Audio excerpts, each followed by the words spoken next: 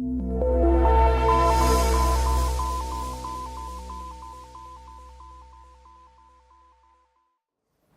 next, I'm happy to introduce Peter Hafez. Peter is Chief Data Scientist for RavenPack. Peter's considered a thought leader within the alternative data space, written many publications. Peter's also invited globally to speak on his research. Peter Hafez. Thank you very much for the introduction. I'm very excited to be able to show you some of our first research on the new RavenPack Analytics, which is a richer and more granular version of RavenPack data for those of you who have been familiar with our previous products. One of the things that I'm going to focus mostly on as part of my presentation is, or highlight, is the significant increase in event volume that we have seen with this new product version. And some of the things that are driving this big increase in event volume is, first of all, that we have added new premium sources to our list of sources that we cover. We are covering about more than 19,000 sources, but we have added some quite significant sources. Armando Gonzalez, as part of his presentation, he will mention some of the new ones that we have added. One of the things that we have also seen is, or that has also added to this increase in volume, is that we have expanded our event taxonomy to almost 7,000 different types of granular events that could cover anything from earnings to let's say, mergers and acquisitions, as well as natural disasters of different types and so on. We have also expanded our general entity detection capabilities, increasing the number of companies that we cover, as well as introducing new types of entities. And finally, I think, and most importantly, we have moved beyond analyzing or detecting events in headlines to going much, much deeper into the story body of a news article or a particular document. So as is listed here at the top, we now do full document event detection.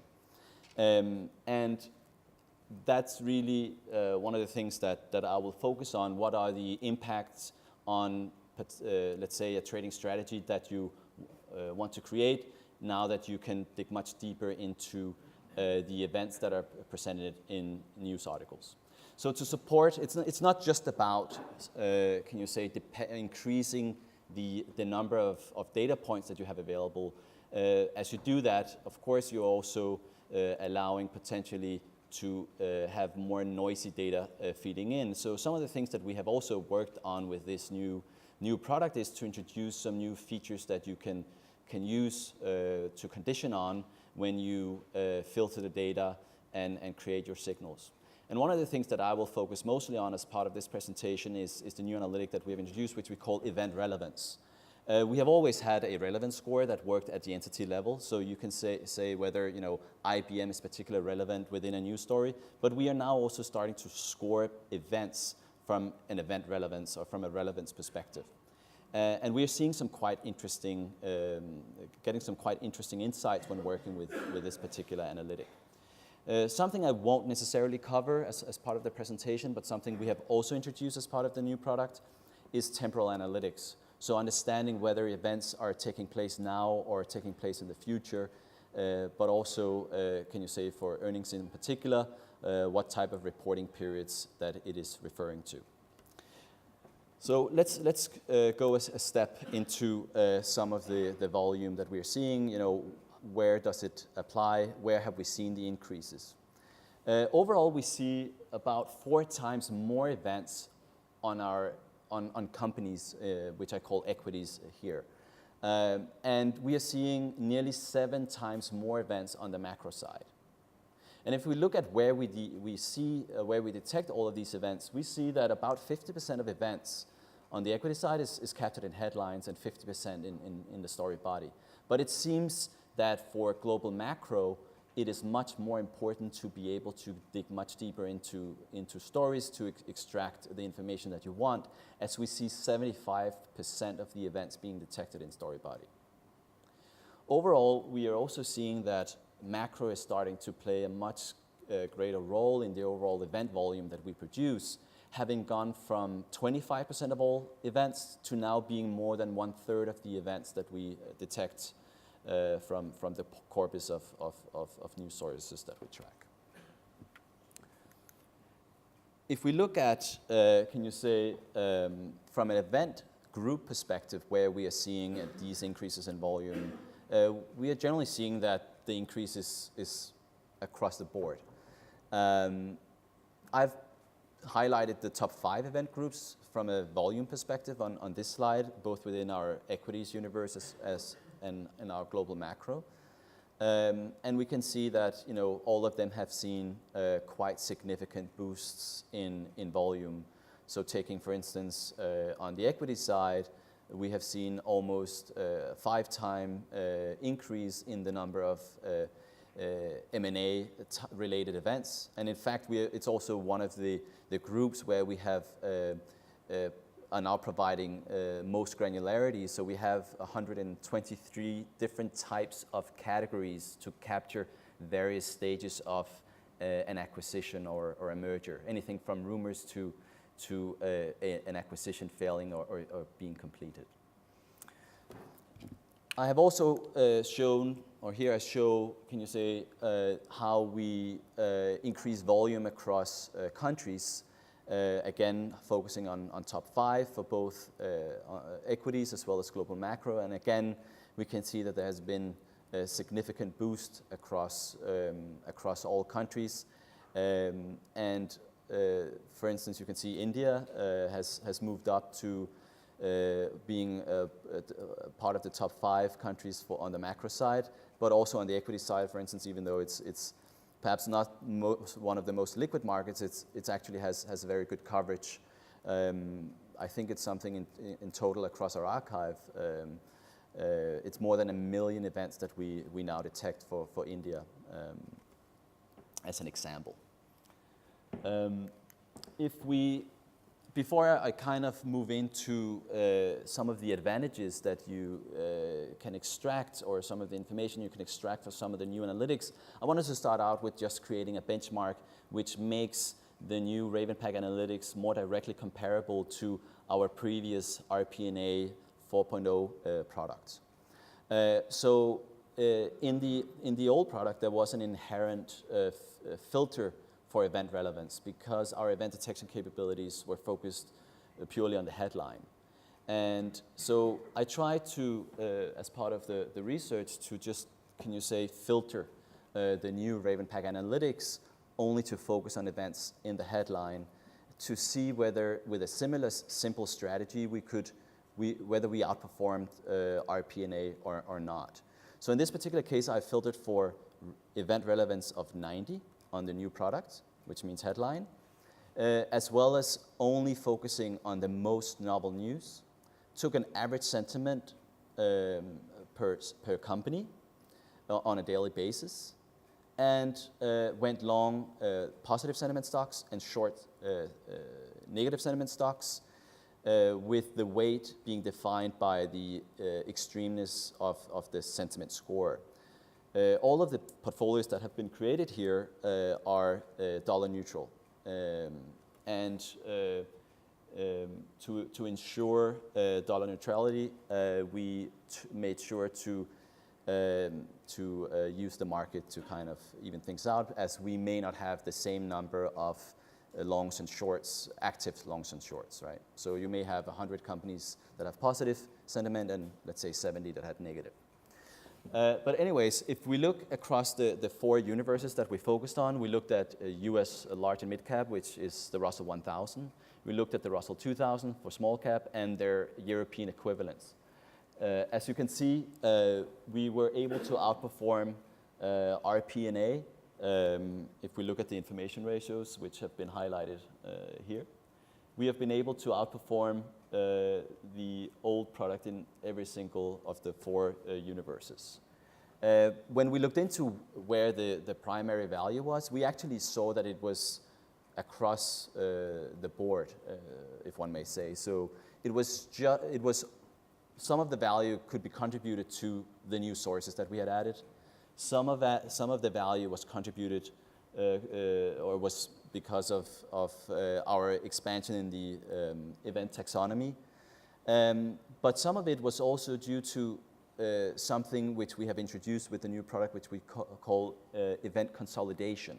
So even though you may be considered a high relevance event and appear in the headline for the first time, we would consolidate information from the body into the headline. So even though you appear headline, you are still using information from the body. And to provide an example, it could be about, let's say, a merger. It might say that there is a merger between company A and company B in the headline, but in the story body, we're able to say that it's actually going through regulatory scrutiny. We will consolidate that into a headline event and give and provide the scrutiny event to you. And in that way, of course, using more information, we're able to assign a more precise sentiment score. So moving on.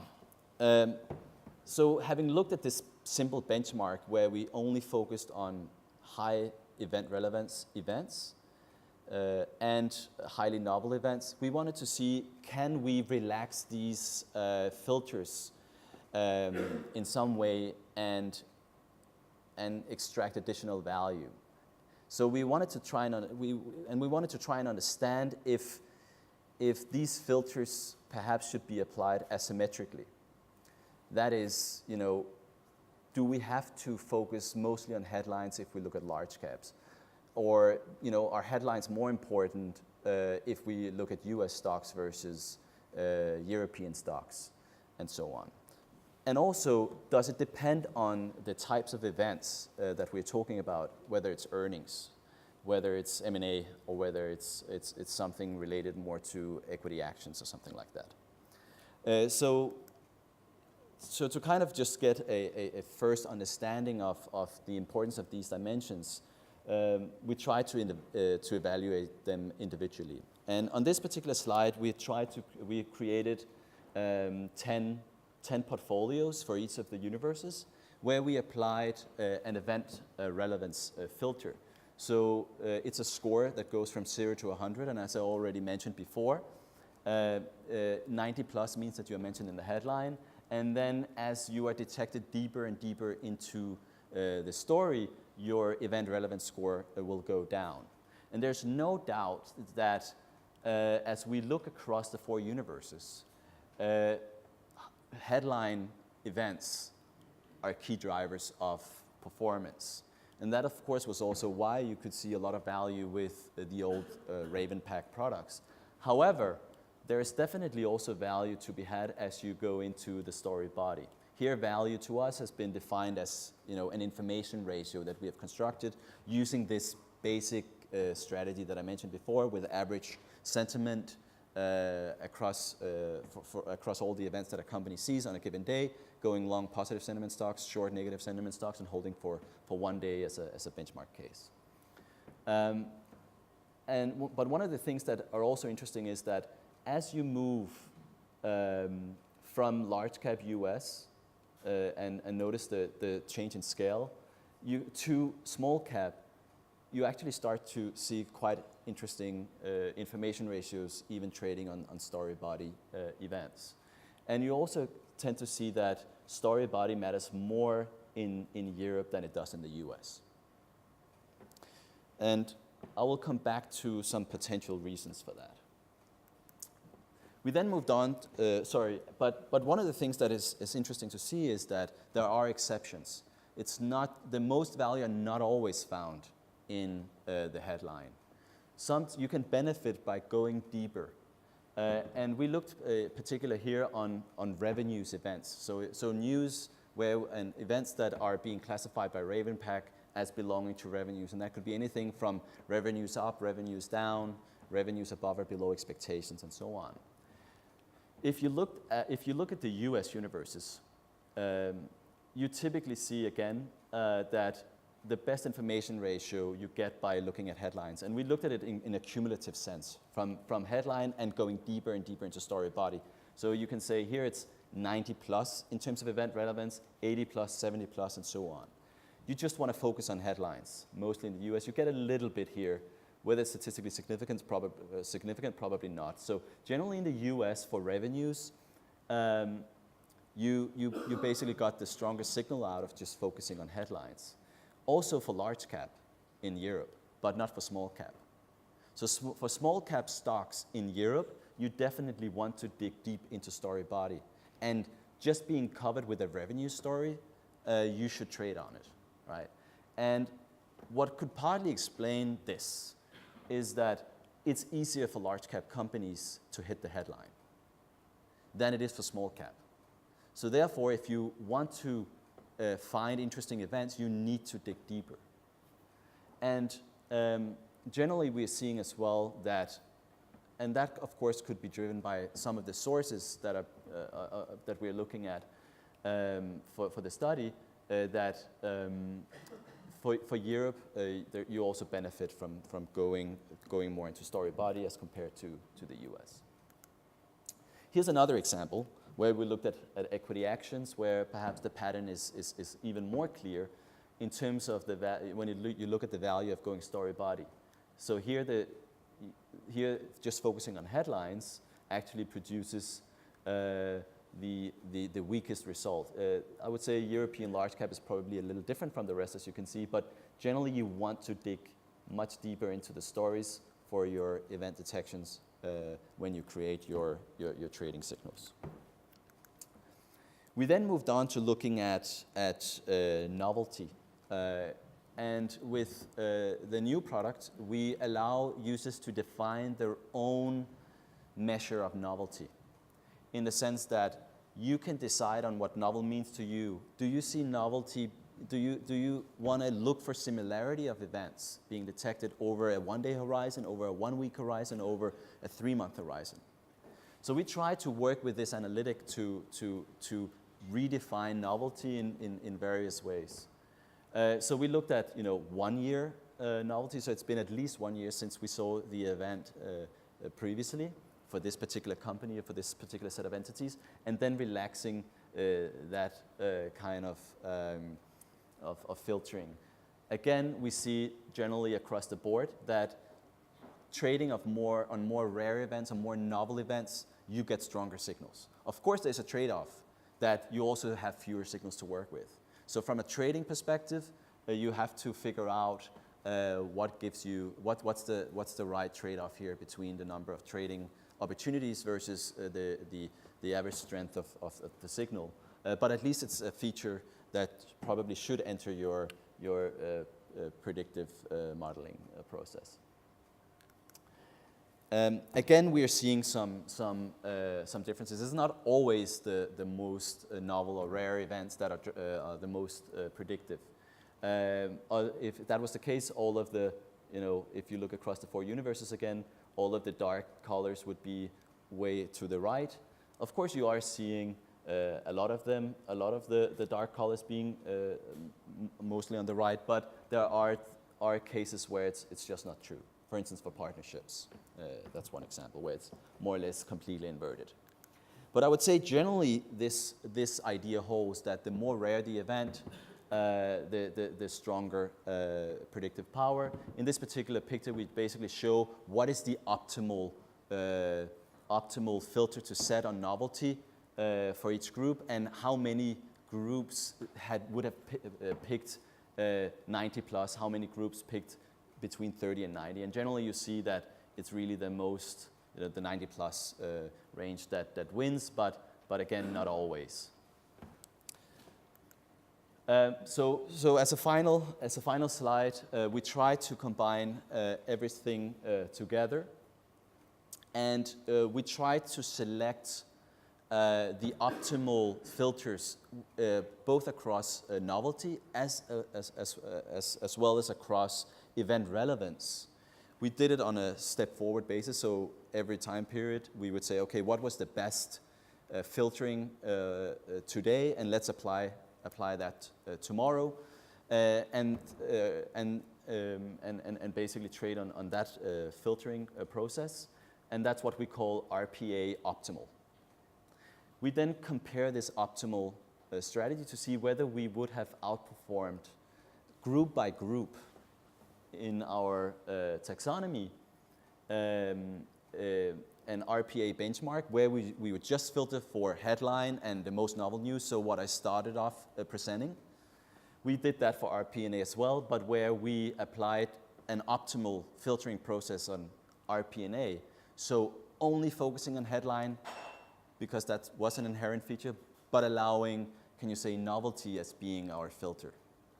And as we can see, comparing with RPNA, looking or allowing for going deep into story body, we were able to outperform in more than 50% of all events within our taxonomy, and we go as high as 80, I think it's 88% for European small cap. But generally, not surprisingly, story body, we were able to get more performance out of the small cap universe than on the large cap universe. If we compare to RPNA as my last comment here, we outperform in small caps, both in Europe and in the US, and in large cap in Europe. However, you probably just want to focus on headline when you look at US large caps. They have a much greater likelihood for reaching the headline. And just as a summary, high relevance events outperform low relevance events. Highly novel events outperform less novel events. Asymmetric event relevance and novelty filtering, by applying that, we are able to achieve better risk-adjusted performance. And most importantly, of course, and nice to see, we find in our internal research that the new RavenPack Analytics outperform previous RavenPack data products. Thank you, Peter. But how many guys you actually working on the science side of RavenPack? So how many scientists are working on that specific kind of sentiment, novelty, relevant indicators? The second one is about, you focused pretty much all the presentation on equity. But I know that you guys have also the global macro side. How do you handle, the same kind of, let's say, science as well on the global macro side, which if it's the headline, the body, if you have done some work on that. And the third one is about the language issue. So I guess, obviously focusing on US stocks is just American. But when you have like Chinese, Japanese, Asian languages or others, how do you handle that as well? Yeah, I can start, I guess, I'll start with the last question first. Right now, all our work is done on English language news. We do have local sources, so if you were to look at can you say, the sources that produce the most event volume by country, you'll see Chinese sources in China, you'll see Indian sources in India, and British sources in England and so on. But we will grab their English language versions. There's no doubt that if you went local language, there are some markets where you would get a speed advantage. You will capture the events faster in local languages, but that's not the case for all countries, as we have seen. But it's definitely something that we have in our product pipeline to go multi-language. If we look at the macro side, we have just recently gotten access to RPNA, our RavenPack Analytics, the new data set, and we have started out focusing on equities, but we are launching into macro research basically more or less as we speak. But the macro side works exactly the same as we see with on the equity side. So we have event relevance scores, we have temporal scoring, etc. as well. But I would expect that we could see some other patterns for macro, because we saw that 75% of all events are captured in the story body. So there will be, I think the story body will be stronger on the macro side, even stronger. if we look at can you say RavenPack and how many people work on core, technology, we have, I would say, probably at least half the company working on I would even say 2/3 of the company being very much involved in core. So both on the natural language side as well as on can you say understanding the data and researching the use cases for our data. We can take another question. One more question. You had some very compelling, impressive backtest results there in terms of the performance of the strategies. Can you talk a little bit about the period you were running those for? How far back does your data go? And a little bit about the assumptions around trading. How often were you rebalancing? How fast after news events were you having to trade to get that? Yeah, of course, this is a very simplified backtest, and as soon as you start to try and implement it, of course, you won't be able to achieve these levels. The study goes back to 2007. We do have data back to 2000, but we find that if we don't want, can you say, 2000 to 2007 period skew our results too much. It would actually look even more amazing. But we have decided to, can you say, focus on 2007 and onwards. I will say, of course, you know, perhaps there was a little bit of a less steep equity curve from 2009 and onwards, but it's still very good. In terms of, can you say, rebalancing and so on, we typically, or for this particular study, we cut sentiment half an hour before market close, assume we can trade on the close, and we exit on the following close. These particular signals, as they are constructed here, are relatively high turnover, or not just relative, but they are high turnover. It's probably something like, I think that it also said so in the beginning, around 85% turnover on a daily basis. So it's obviously expensive to implement if they have to carry their own transaction cost. But for these particular type of strategies, a lot of the people that are using these signals, they will have it being another potential alpha stream within the alpha platform. So it's really only you can say the signal has to carry the marginal impact on the turnover that you bring, right? But you can also use the data we have as part of if you look at some of our research papers, we have tried to slow down the signal, increasing the investment horizons to multiple days and weeks. And if you look at the optimal holding periods, it very much depends on what it is that you wish to trade. There's no doubt large cap US stocks, you know, the sweet spot is probably measured in a couple of weeks, where you can extend into multiple months as you go into small caps and into European stocks. One more quick question. Last question. So it's quite obvious how you put a sentiment analysis to a specific financial instrument, but when it comes to macro events, which instruments do you plan on associating with them? Macro is definitely a more challenging space than equities for many reasons. One is, of course, what instruments you should associate it with. When we look at sentiment, we look at it more from an economy perspective. So let's say if you wish to trade oil, it's not just news that mention oil that impacts oil prices. So it's also something to do with, let's say, economic activity or civil unrest, war and conflict, that type of stuff. And what may be considered bad for the economy, like war and conflict, could be good for oil. And that is definitely something you have to take into consideration when you build your models.